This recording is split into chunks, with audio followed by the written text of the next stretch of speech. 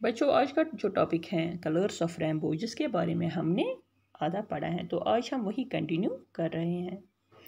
I sat without a word, stunned, and my wife went on saying all sorts of things. I got annoyed. I remembered the tiff we had the day before.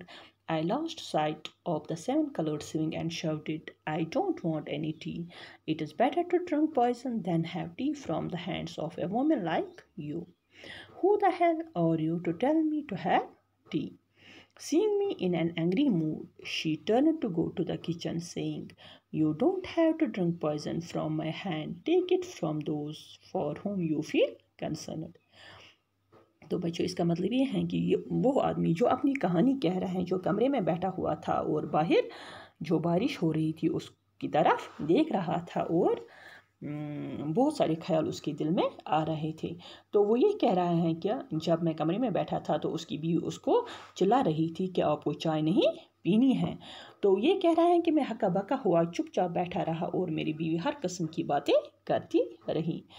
تو جو یہ آدمی تھا جو یہ اپنی کہانی اس lesson میں کہہ رہا ہے، وہ کہہ رہا ہے کہ میں چڑ گیا. میں نے ابھی کل ہی ہوئے ہمارے جھگڑے کو یاد کیا. جو یہ سوچ رہا تھا کہ 7 رنگوں والے جھولے سے میرا دھیان ہٹ گیا اور میں چلایا. مجھے نہیں چاہیے کوئی چائے. یہ اپنی بیوی سے کہہ رہا ہے کہ مجھے کوئی چائے نہیں چاہیے. تمہاری جیسی عورت کے ہاتھوں چائے پینے سے بہتر ہے کہ میں زہر ہی پی لوں. تم کم وقت کون ہوتی ہو مجھے چائے پوچھنے والی؟ یہ اپنی بیوی سے کہہ رہا ہے. تو یہ جو آدمی ہے یہ کہہ رہا ہے کہ مجھے غصے کے موڈ میں دیکھ کر وہ رسوئی میں جانے کے لیے مڑی، یہ کہتے ہوئے کہ تمہیں میرے ہاتھ سے زہر پینے کی کوئی ضرورت نہیں ہے. ان کے ہاتھ سے پیو جن کے بارے میں تم فکر مند رہتے ہو. یہ اس کی بیوی کہہ رہی ہے. It touched me to the quick. It was a new accusation. I got up in the huff. Something had started brewing within. Just then my mother came in. Why do you quarrel and hurt each other like this? You are grown up now. You should think about your children also. What impressions will they carry and cherish? I slipped my shoes on and went out.